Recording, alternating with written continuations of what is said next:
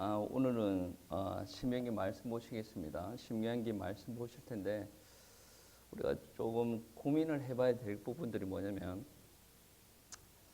우리가 지금까지 인생을 살아왔는데 인생을 살아온 사람들은 뒤를 돌아보면 자기가 한 행동에 대한 족적이 남게 되어져 있습니다. 그 족적이 때에 따라서는 하나님께서 우리들에게 축복을 주실 족적이 되어지기도 하고 때에 따라서는 하나님께서 주시는 축복을 주시는 족적이 아니라 오히려 저주를 받게 되는 족적이 되어질 수도 있다라는 말씀이에요. 그러면 여러분 우리가 지금 현재 직면하고 있는 이 현실의 문제가 아니면 앞으로 미래에 다가올 이 문제들 그리고 다르게 표현하면 응답이라고 표현이 되어질 수도 있는데 이것이 우연찮게 우리들에게 오는 것이 아닙니다. 그게 무슨 말이냐면 우리가 과거에 한 행동들 그러니까 앞에 이야기했던 족적들 그리고 현재 지금 하고 있는 행동들로 말미암아 미래에 그러한 일들이 일어난다라는 말이 되어지는 거예요. 이러한 관점에서 우리가 신명기를 한번 바라봤으면 좋겠다라는 생각이 듭니다. 여러분 다 아시겠지만 신명기는 이스라엘 백성들이 요단강 앞에 서서 가나안 땅에 들어가기를 준비하기 위해서 모세가 세 편의 설교를 하는 거예요. 그 세 편의 설교를 중심적으로 바라보면 크게 두 가지로 나누는데 하나님께서 이스라엘 백성들을 선택하셨다라는 게 첫 번째가 되어지고 두 번째는 선택받은 하나님의 백성들도 하나님께 끌려가는 것이 아니라 그들도 하나님을 선택하여야 된다라는 것입니다. 여러분 하나님께서 선택하셨다라는 말은 아주 의미가 깊은 의미인데 그 안에 여러 가지 의미가 포함이 되어집니다. 그래서 우리가 몇 가지 질문으로 좀 나눠서 우리가 바라봐야 될 부분들이 있는데 하나님은 누구시기에 우리를 선택을 할 수가 있습니까? 라는 질문이 오겠죠. 그러면 우리가 대답할 수 있는 것은 우리의 견해가 아니라 하나님의 말씀에 근거하여서 우리가 답을 찾아가야 된다라는 말씀입니다. 그 우리를 선택하신 하나님은 유일하신 참 하나님이다라는 말씀이에요. 모세가 첫 번째 설교하면서 마지막 부분에 이르러서 어떠한 이야기를 하냐면 우리가 출애굽할 때에 하나님께서 기적과 표적을 이루시지 않았냐 그러한 하나님의 위대한 활동을 보고 우리가 알 수 있는 것은 하나님은 유일한 하나님이다. 유일성은 무슨 말이에요? 다른 것으로 대체가 되어지지 않는다라는 말씀이 되어지죠. 그러니까 다른 신들은 그러한 역사를 이루어 나갈 수가 없어요. 하나님이시니까 10가지 표적을 이루시고 이스라엘 백성들을 건져내었다라는 말이 되어집니다. 다른 신들은 절대로 이러한 일을 할 수가 없다라는 말이 되어집니다. 그리고 신명기의 곳곳에 보면 어떠한 이야기들을 하고 있냐면 하나님은 유일한 하나님이다라는 것을 지속적으로 이야기하고 있습니다. 오늘 읽었던 말씀에 보시면 신명기 7장 21절 말씀에 보시면 특히 그러한 이야기들을 하고 있습니다. 너는 그들을 두려워하지 말라. 너희의 하나님인 여호와 곧 크고 두려운 하나님이 너희 중에 계십니다. 너희의 하나님 여호와 곧 크고 두려운 하나님이 너희 중에 계시다. 다른 신들과 비교가 안 되는 하나님이 너희 중에 있다라는 것을 이야기하시는 거예요. 그리고 이 이스라엘 백성들을 택하신 이 하나님은 유일한 하나님이신데 그리고 그분은 주권적인 하나님이다. 누구의 견해를 듣고 누구를 선택하는 것이 아니고 본인의 뜻에 따라서 선택하시는 하나님이다라는 것이에요. 신명기에서는 지속적으로 우리들에게 이야기하고 있는 게 있습니다.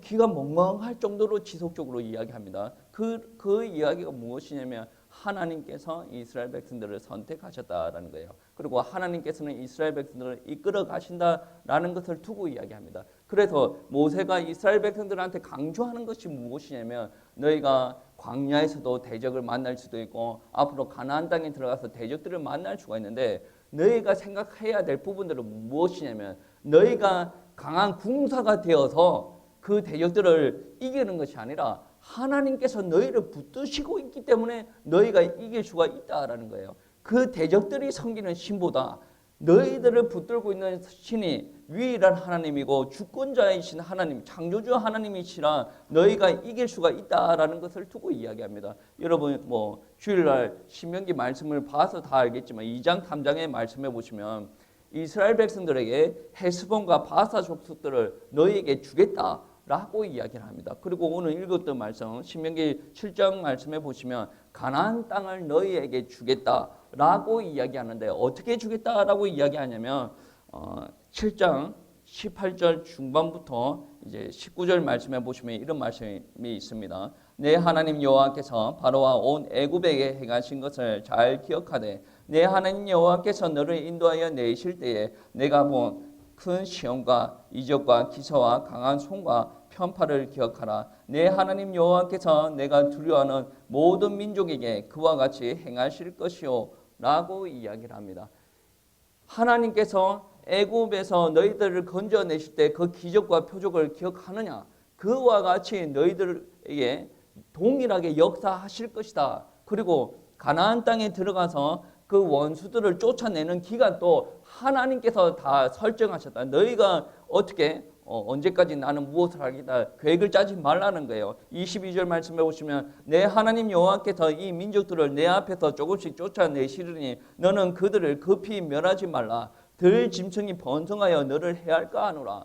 그러니까 왕벌을 보내셔서 그 이민족들을 다 죽이게 될 것인데 하나님께서 한 번에 왕벌을 보내셔가지고 다 잡아 죽이면 시체들이 다 들끓게 되겠죠. 그러면 시체들 때문에 들 짐승들이 더 왕성하게 역사할 거고 그로 말미암아 이스라엘 백성들에게 안 좋은 영향을 미칠 수가 있기 때문에 하나님께서 알아서 왕벌을 보내셔서 숨어있는 애들이든 도망간 애들이든 내가 다 멸하겠다라고 이야기합니다. 하나님께서는 천천히 하시겠다라는 것을 이야기하는 거죠. 그러니까 뭐 이민족들 다 죽이는 것들, 가나안에 들어가서도 하나님께서 정복하시는 것들 모두 다 하나님께서 하신다라는 거예요. 방법 또한 하나님께서 선택을 하시는 거고 그리고 기간 또 하나님께서 선택하신다라는 말씀이 되어진다라는 말씀입니다. 그리고 하나님께서 이 백성들을 왜 선택하셨습니까? 이 백성들이 뭐 하나님께서 보기에 장점이 많아서 선택하신 게 아니거든요. 오늘 말씀에서도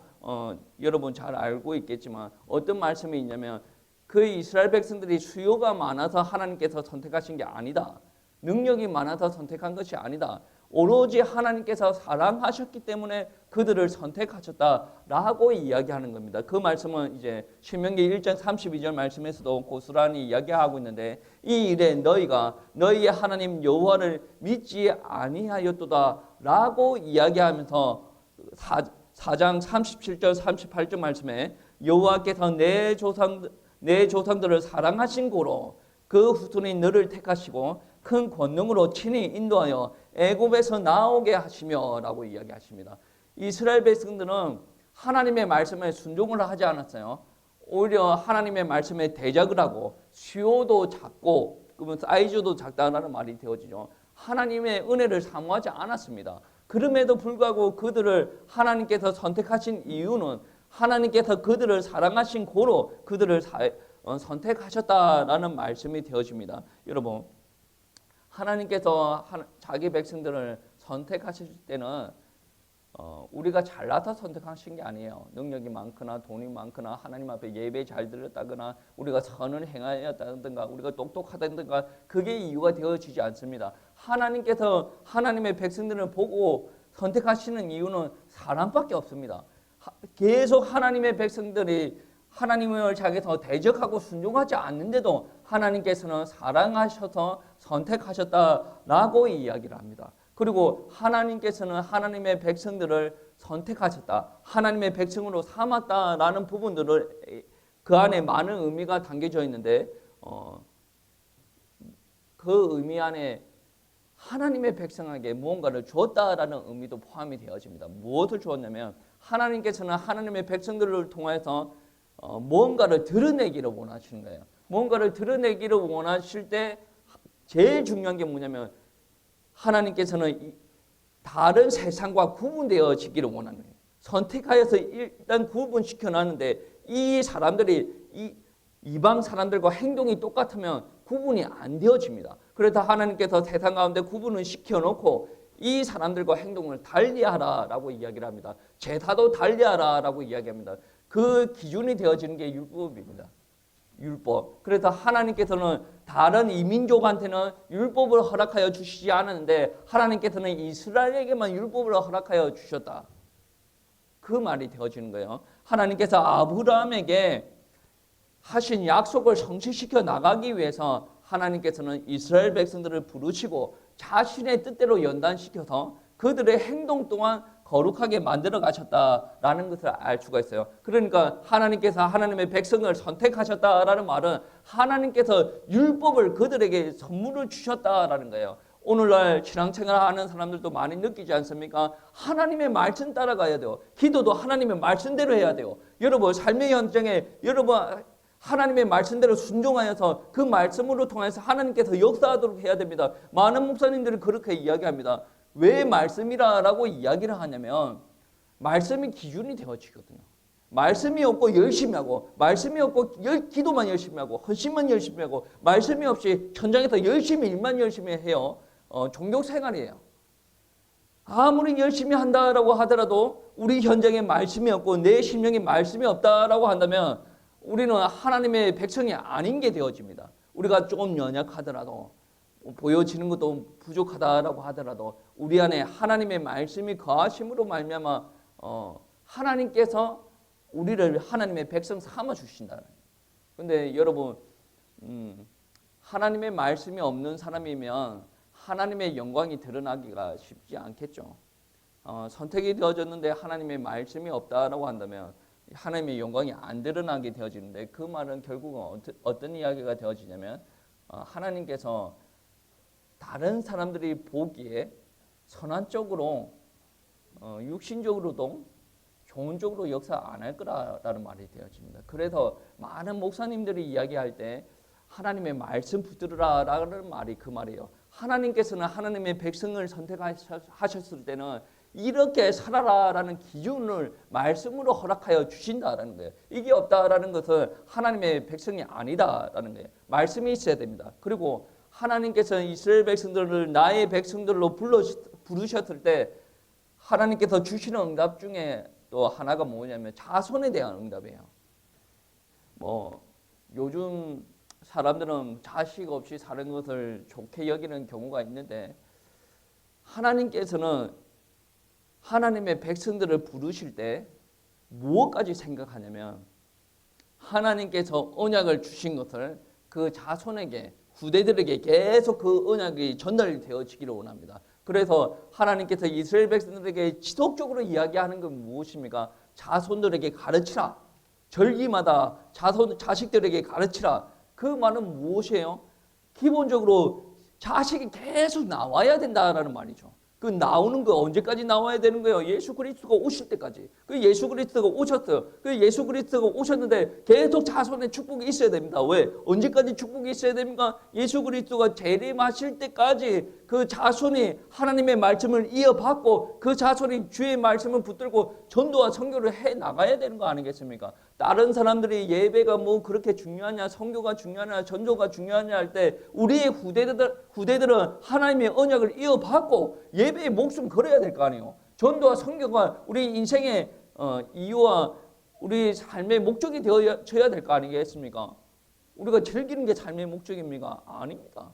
우리가 인생이 좀 고나더라도 우리가 주의 말씀을 전하는 거, 주의 말씀대로 살아가는 거, 이것이 우리의 인생의 목적이 되어져야 돼요. 성경 말씀은 무엇을 두고 이야기하냐면 자손이 계속 이어지는 것을 두고 이야기합니다. 언제까지 이어져야 됩니까? 주님께서 오실 그날까지.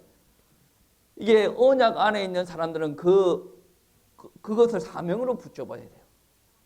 하나님께서 아브라함을 처음 부르시고 축복하실 때 어떤 이야기까지 하냐면 너의 씨가, 너의 후손이 하늘의 별과 같이 많게 되어지게 하겠다라고 이야기합니다. 신명기도 그와 같은 똑같은 말씀이 있습니다. 신명기 10장 22절 말씀을 보시면 애굽에 내려간 내 조상들이 겨우 70인이었으나 이제는 내 하나님 여호와께서 너를 하늘의 별같이 많게 하셨느니라. 자손에 대한 축복을 허락하여 주셨다라는 거예요. 그리고 땅에 대한 축복도 하나님께서 허락하여 주셨습니다. 하나님께서 아브라함에게 먼저 말씀하셨죠. 창세기 12장 7절 말씀해 보시면 여호와께서 아브라함에게 나타나 이르시되 내가 이 땅을 내 자손에게 주리라 하신지라 라고 이야기합니다. 지금 신명기에서 지속적으로 또 이야기하는 부분들이 뭐냐면 너희가 가나안 땅에 들어갈 것이다 라는 것을 전제를 하고 그 안에 들어가서 무엇을 하라 이것은 하지 말고 이것은 지키고 하나님의 명령에 순종하라 지속적으로 이야기하는 거죠. 이 안에는 너희가 가나안 땅에 들어갈 수가 없다라는 말은 단 한마디도 없어요. 무조건 들어간다라는 말씀이에요. 예를 들어서 11장 말씀에서도 이런 말씀이 있습니다. 너희가 건너가서 차지할 땅, 무조건 차지할 땅이래요. 그 땅에 대해서 이야기합니다. 너희가 심지도 않는 포도원, 너희가 쌓지도 않는 성읍, 너희가 파지도 않는 우물, 하나님께서 공짜로 다 주시다. 이게 하나님께서 약속이에요. 땅에 대한 약속. 아브라함에게는 약속을 하셨지만 너희가 지금 모세의 설교를 듣는 너희들은 요단강에 건너가서 가나안 땅을 정복하고 차지하게 될 것이다 라고 이야기하는 거예요. 하나님께서는 말씀도 주셨고 자손도 주셨고 땅도 주셨어요. 그런데 그보다 더 큰 축복이 무엇인지 아십니까? 내 백성으로 산다라고 했을 때 제일 큰 축복은 하나님께서 함께 하신다라는 축복이 되어집니다. 여러분 레위기부터 출애굽기, 레위기, 민수기, 신명기 계속 이 말씀들을 보면 하나님 앞에 나와서 제사를 드려라. 하나님 앞에 절기를 지켜라. 무조건 하나님 앞에 하나님께 드리는 제사와 절기가 되어져야 된다라는 거예요. 그리고 성막에서 하나님의 구름 기둥이 성막을 뒤덮는 일들이 일어나요. 그 구름 기둥을 보면 우리가 하나님의 인재라고 이야기를 하죠. 그리고 언약궤 지성소 안에 언약궤 보면 그 공간 안에 또 하나님께서 인재하시는 역사가 성경에 기록되어져 있죠. 하나님의 백성들에게만 체험되어지는 부분들이 이런 체험들이다라는 부분이에요. 다른 사람들은 광야를 40년 동안 지내는데 구름 기둥과 불기둥으로 인도했다라는 말을 들으면 사람들은 믿지 않을 거예요. 여러분도 다 아시겠지만 가나안 땅에 들어갈 때 그 안에 이민족들이 어떻게 이야기합니까? 40년 동안 하나님께서 광야를 이끄셨다라는 것을 두고 놀랐지 않습니까? 왜? 하나님은 그런 적이 없기 때문에. 그런데 특별히 하나님의 백성들에게만 하나님께서 임재하시고 불기둥과 구름 기둥으로 인도하셨다라는 말이 되어집니다. 그리고 모세가 나중에 후계자를 세우지 않습니까? 여호수아를 세울 때 백성들에게도 이야기하고 하나님 앞에도 이야기하는 장면들이 있습니다. 그 장면들을 대표적인 한 절만 골라서 보면 이런 말씀이 있습니다. 31장 6절 말씀해 보시면 이런 말씀이 있죠. 너희는 강하고 담대하라. 두려워하지 말라. 그들 앞에서 떨지 말라. 이는 내 하나님 여호와 그가 너와 함께 가시며 결코 너를 떠나지 아니하시며 버리지 아니할 것임이라. 무슨 말이냐면 심각하게 생각하지 않고 이런 말씀을 읽으면 그렇구나 하고 읽어 넘어가겠지만 지금 인재를 중심으로 생각하지 않습니까? 내 하나님 여호와가 하나님인 여호와 그가 너와 함께 가시며 결코 떠나지 아니할 것이다. 그리고 버리지 아니할 것이다.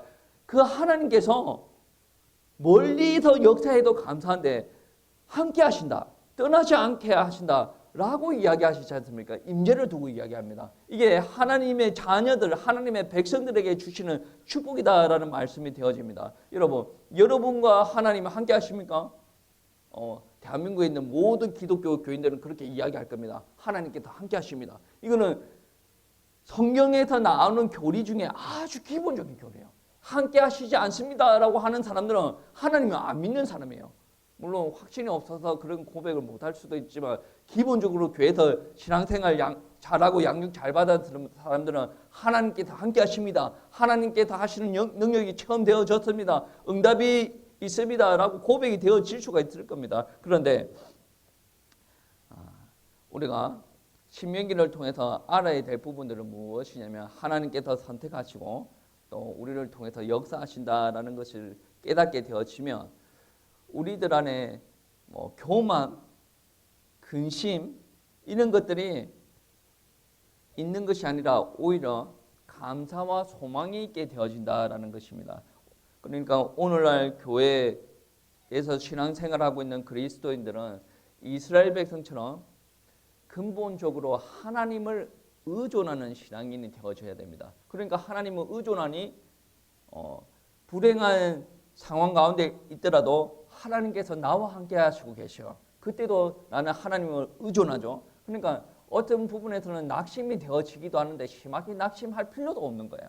그리고 내가 잘 되어지는 상황 가운데 있을 때 그 상황에서도 나는 누구를 의존하는 겁니다.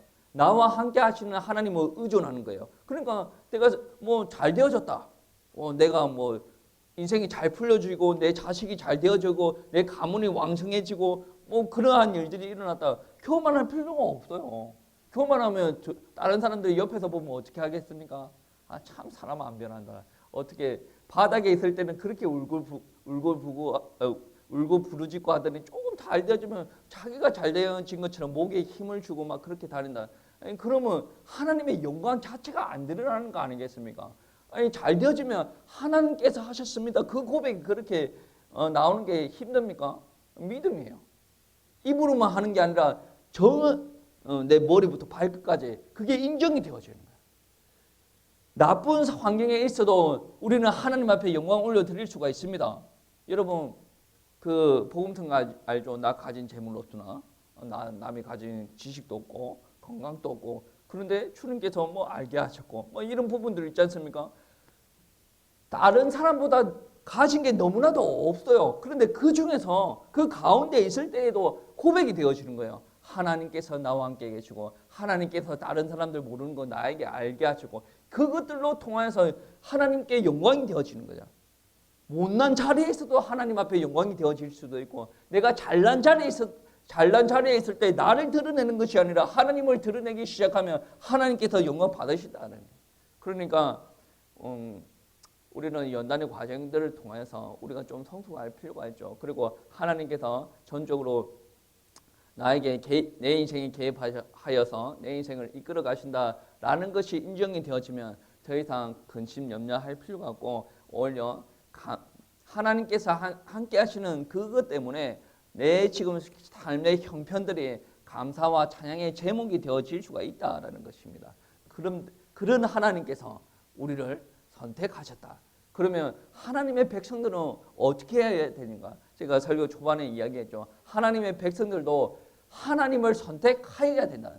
여러분 뭐 깊은 내용이 들어가기 전에 잠깐 이야기를 하면 여러분 구약 성경 다 아시지 않습니까? 하나님께서 이스라엘 백성들을 부르셨어요. 사랑을 합니다. 근데 이스라엘 백성들은 어떻게 합니까? 우상 숭배하고 하나님께서 말씀 주신 거 안 따라가죠. 그리고 죄를 범하고 살아갑니다. 그것들은 무엇을 선택한 게 되어집니까? 하나님을 선택한 게 되어집니까?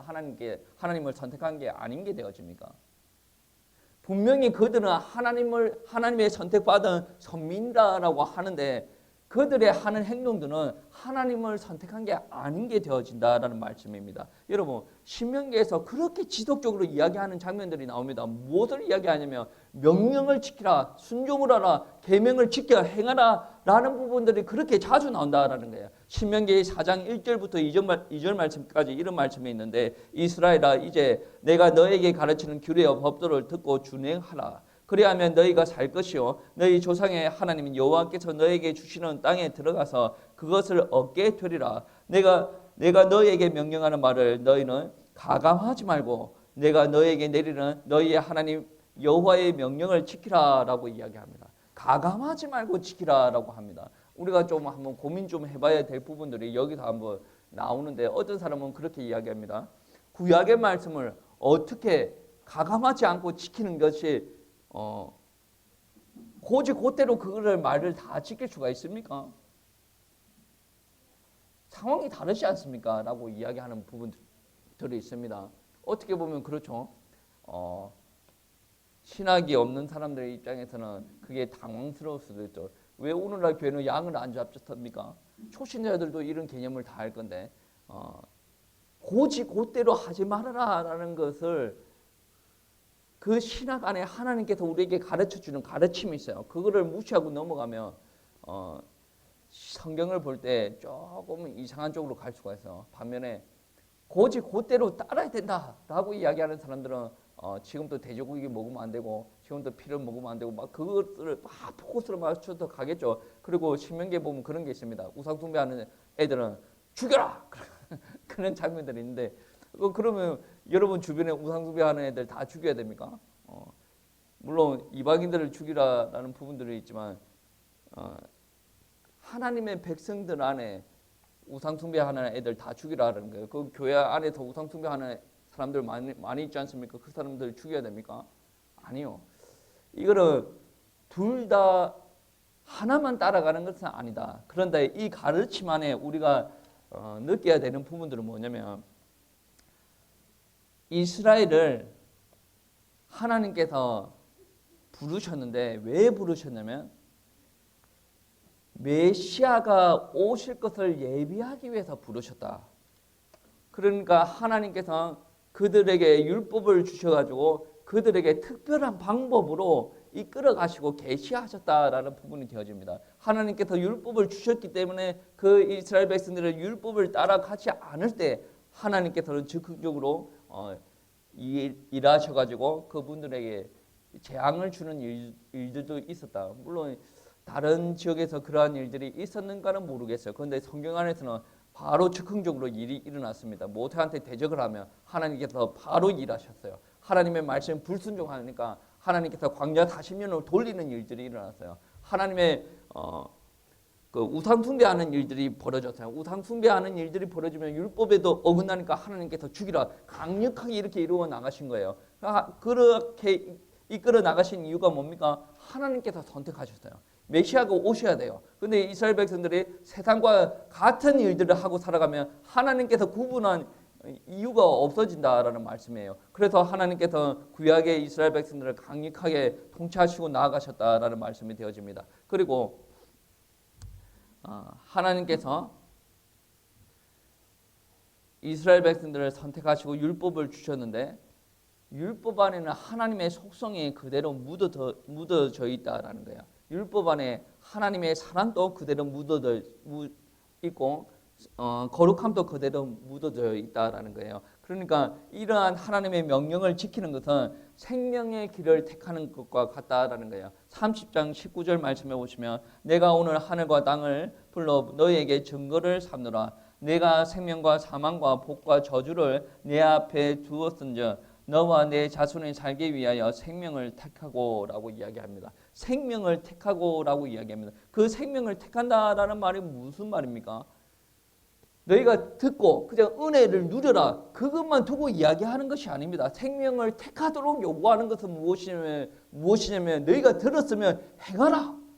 그러니까 신명기에서 계속 나오는 것은 하나님께서 말씀하셨는데 그것을 지켜 행하면 하나님께서 복을 주시고 그 지켜서 행하지 않으면 하나님께서 저주 주신다라는 말이 지속적으로 나온다는 것을 우리 성도님들은 아시기 바랍니다. 그 저주 안에는 단순히 살기 어려운 애를 두고 이야기하는 것이 아니에요. 하나님의 관심은 하나님께서 선택한 백성이에요. 그 외에 다른 사람들이 죽고 사는 문제를 하나님께서 크게 관심이 없어요. 내가 택한 이스라엘 백성들 안에서도 내 명령을 따라오지 않는 사람들을 죽이는 하나님이시에요.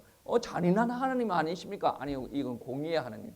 자비라고 해서 무조건 우상 숭배하는 사람들을 살리시는 하나님은 아니라는 거예요. 그러니까 하나님의 거룩함이 바로 드러났을 때 이스라엘 백성들은 어떻게 했습니까?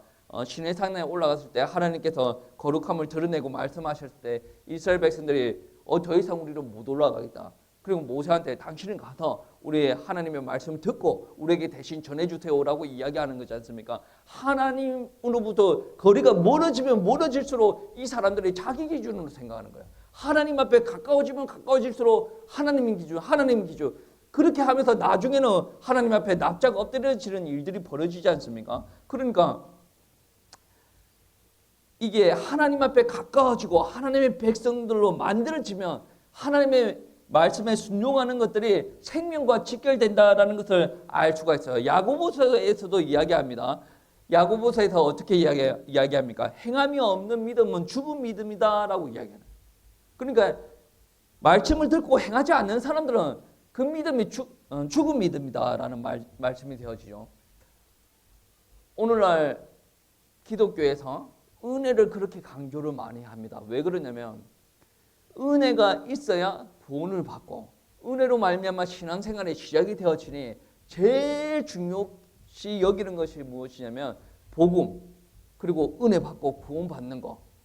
그 안에는 절대로 행위가 개입이 되어지지 않습니다.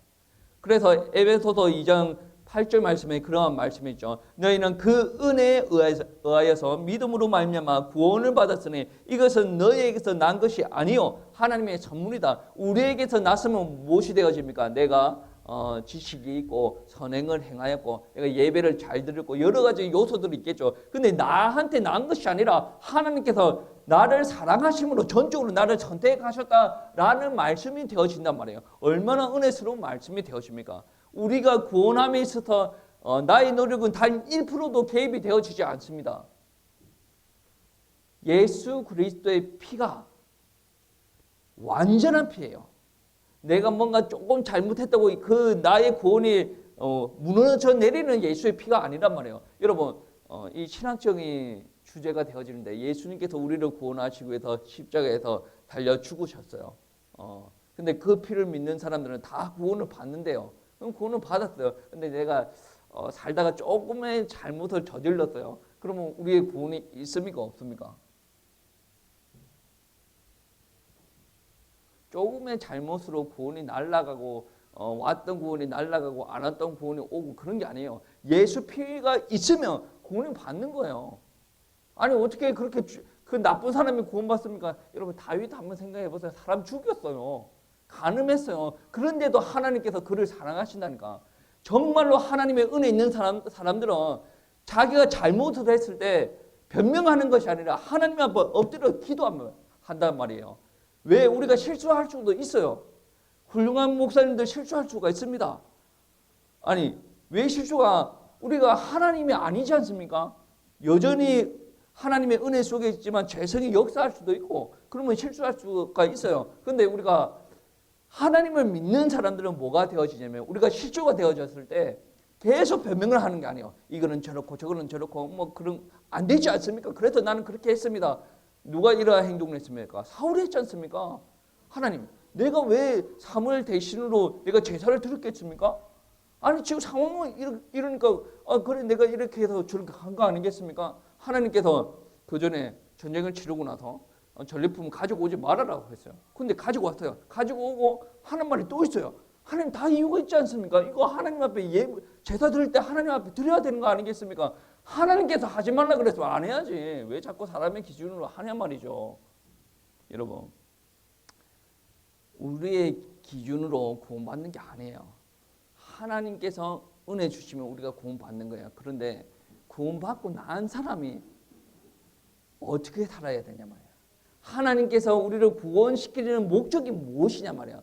그냥 잘 먹고 잘 살고 은혜 받고 뭐 태평성대 누리면서 이렇게 살아라라는 그 목적으로 구원 주신 게 아니란 말이에요. 에베소서 2장 10절 말씀에 이런 말씀이 있습니다. 우리는 그가 만드신 바라 그리스도 예수 안에서 선한 일을 위하여 지으심을 받는 자니 이 일은 하나님이 전에 예비하사 우리로 그 가운데 행하게 하려 하십니다. 무엇이에요?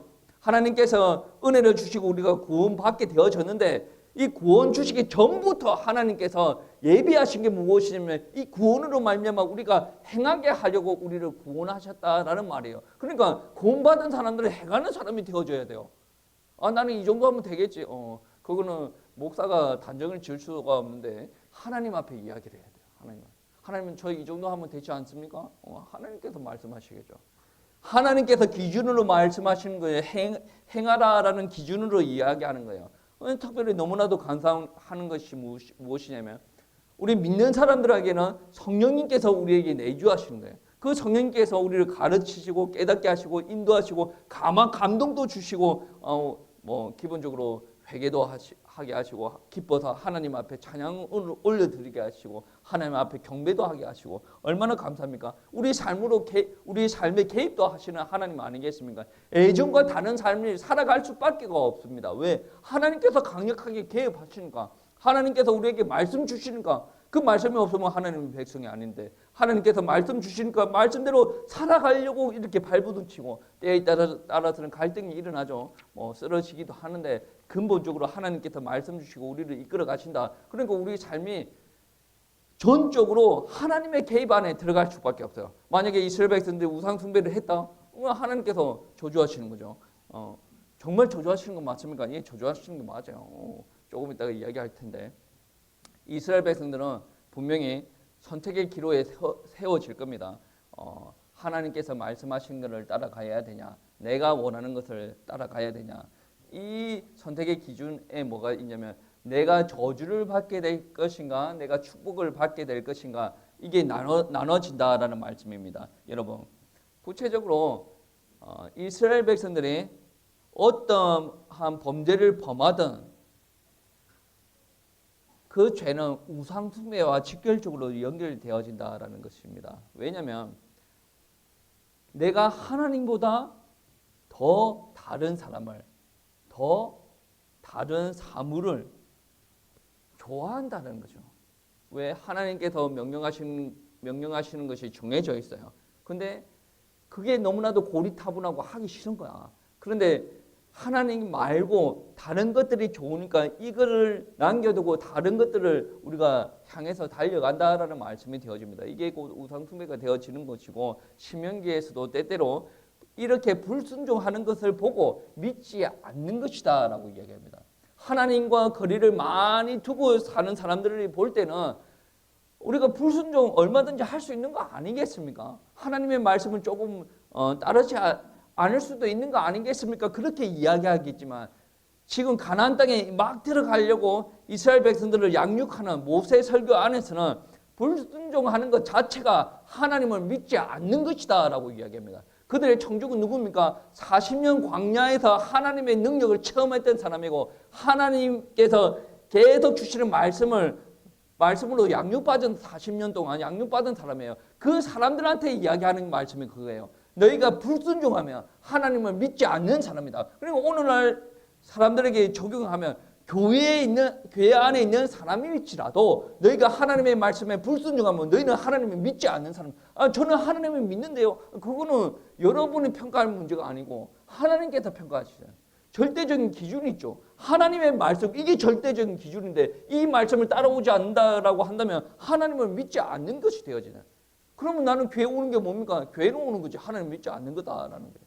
근데 우리가 이 믿으려고 발부둥 치다가 순간순간 안 되어지는 부분들이 있지 않습니까? 우리 육신적으로 연약한 부분들, 우리 안에 여전히 죄성이 남아있는 부분들, 그런 부분들을 별개로 우리가 죄를 범하고 있다, 하나님의 말씀에 불순종하고 있다, 그러면 하나님을 믿지 않는 것이다. 순간순간 우리가 넘어지는 부분들은 하나님을 의지하고 다시금 회복하고 따라갈 부분들이고, 근본적으로 떳떳하게 불순종하고 있다라는 것은 하나님을 믿지 않는 부분이 되어집니다. 여러분, 이런 모든 부분들이 우상과 관련이 있습니다. 이 불신앙은 우상에 초점이 맞춰져 있다라는 거예요. 여러분, 우상 숭배는 전염병이에요. 영적인 질병이다라는 것입니다. 그래서 하나님은 이 이스라엘 백성들에게, 이스라엘 백성들 안에 우상 숭배자가 있으면 그들을 추방해 내겠다라고 이야기를 합니다. 그리고 이스라엘 백성들이 가나안 땅에 들어가면 그들과 통혼하지 말라라고 이야기하지 않습니까? 왜 통혼하지 말라라고 합니까? 하나님은 인종차별자가 아니거든요. 가나안 땅 그 사람들 쓸 데가 없어. 눈도 나쁘고 성격도 더럽고 그런 이야기를 하는 것 같이 아닙니다. 그들이 우상숭배를 하고 있기 때문에 결혼을 하면 우상숭배가 너희들한테 스며들어올 거기 때문에 통혼하지 말아라 라고 합니다. 그리고 13장 전체에서 보면 우상숭배를 강력하게 이야기를 하고 있습니다. 어떤 선지자가 와서 너희가 다른 신들을 섬겨야 된다라고 이야기를 하면 그를 죽이라 라고 이야기를 하고 있습니다. 그리고 가족들 가운데 다른 신들을 섬기자라고 이야기하는 사람이 있으면 그들 또한 죽여라. 그리고 성읍 전체가 우상 숭배를 하고 있으면 성읍 전체를 깨끗이 청소해라라고 이야기를 합니다. 여러분, 불순종은 인격적으로 하나님을 대적하는 겁니다. 민수기에 살펴보면 모든 죄가 직접적으로 신앙과 관계가 없다라고 할지라도 실제적으로 하나님께서 분명히 명령하신 거 있는데 그것을 떠나서 잘못된 행동을 한다라고 한다면 나는 하나님을 좋아하지 않습니다.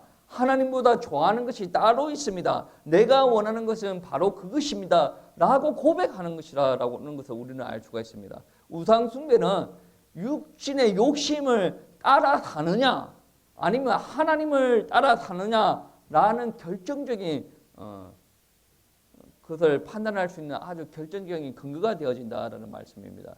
여러분, 우리가 하나님의 말씀을 따라가지 않을 때 인간들이 자기 기준으로 막 평가를 합니다. 그것은 비인격적인 율법 아니겠습니까?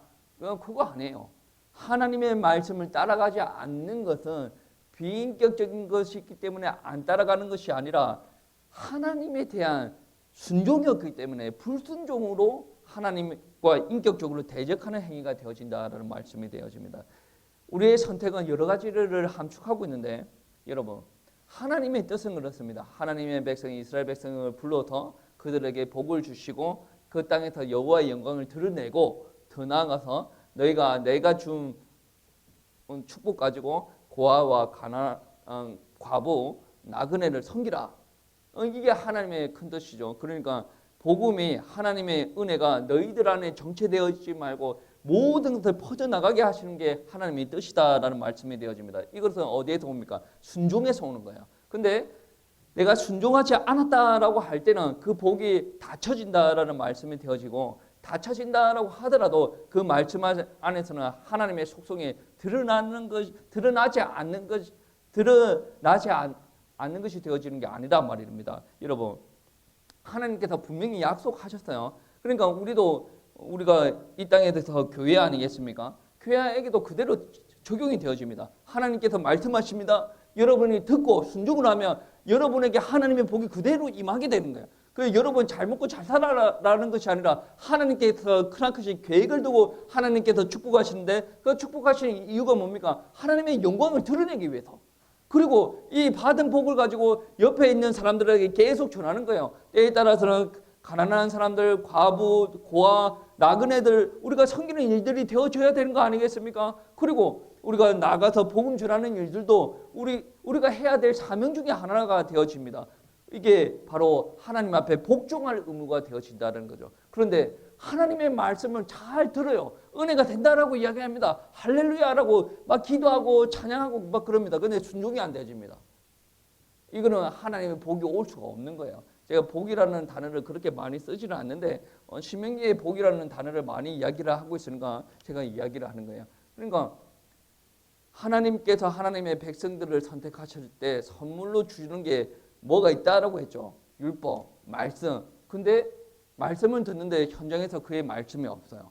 그는 겉으로는 하나님의 백성처럼 보이지만 실제적으로 하나님의 백성 아니에요. 말씀이 없다 하나님의 백성이 아니에요. 자녀의 축복이 없다 고민을 한번 해봐야 돼요. 그리고 땅의 축복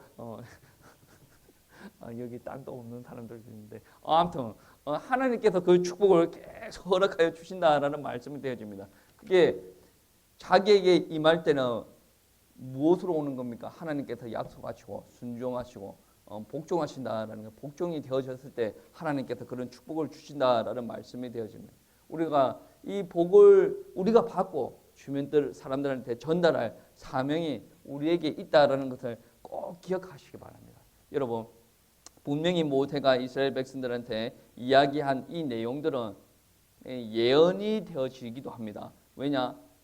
이 사람들이 가나안 땅에 들어가서 앞으로 어떻게 살아야 될 부분들을 이야기 되어지는 거죠. 포기하지 않았어요. 말씀만 하시는 거지. 들어가서 지켜 행하면 그대로 복이 오는 거고, 아니면 우상 숭배를 한다 그러면 저주가 오게 되어지고 죽는 사람들도 있겠죠. 분명히 예언인 거예요. 지금 미래에 일어날 일을 가지고 지금 모세가 지금 예언적인 설교를 한단 말이에요. 그러면 모세가 다 죽고 나서 가나안 땅에 들어갔던 이스라엘 백성들은 무엇입니까?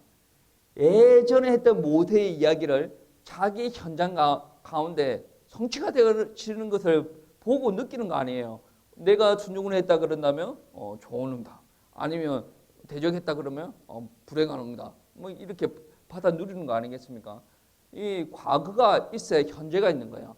현재가 우리가 행복하려면, 현재가 과거보다 더 좋으려면 과거를 그저 싹 지나가면 안 돼요. 항상 점검을 해야 되는 거예요. 여러분, 오늘 설교가 모세 이야기구나 여기에서 머물면 되어지지 않아요. 과거, 현재, 미래는 연결이 되어져 있단 말이에요. 우리가 참 불행한 게 무엇인 줄 아십니까? 우리는 모세와 같은 조상이 없어요. 다윗과 같은 조상이 없어요. 영적으로 말고 육신적으로 조상이 없어요. 얼마나 불행합니까? 우리가 저기 동상 태어났지 않습니까? 저거 어디고 광화문에 동상을 태어났는데 그 동상에 다 하나님을 안 믿는 사람들 아니겠습니까? 훌륭한 사람인데 하나님을 안 믿어요. 그러니까 우리 나라 백성들은 무엇입니까? 뼛속 깊이 우상숭배하는 백성들. 어떻게 표현하면 가나안 땅에서 사는 사람이나 동일한 사람이에요. 근데 하나님의 은혜로 말미암아 이 땅에 복음이 들어온 거예요.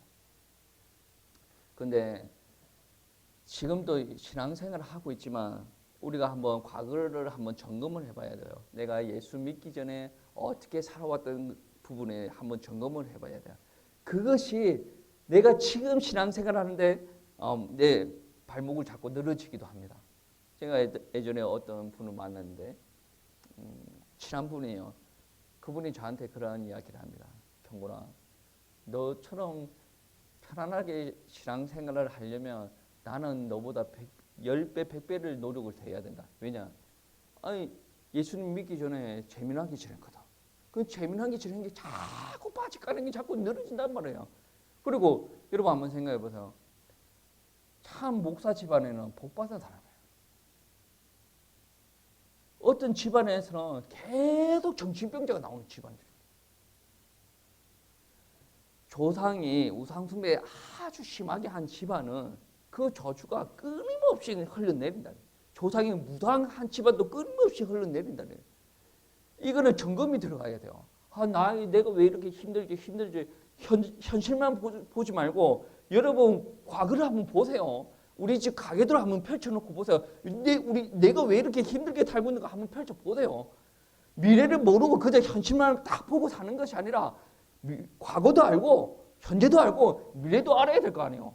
그러니까 과거를 확실히 알아야 돼요. 우리 집에 가게도 보면 우리 부모가 이랬고 우리 조부모가 그랬고 알아야지. 여러분 저 집안도 그렇고 여러분 집안도 그렇고 한국 집안은 다 거기서 거기입니다. 우상숭배가 쩔었던 가문 아니겠습니까? 그러면 조상죄를 여러분 인지를 하셔야 돼요. 나는 다른 사람들처럼 평범하게 저렇게 신앙생활해서는 안 되겠구나. 복음 확실히 붙잡아야 되겠구나.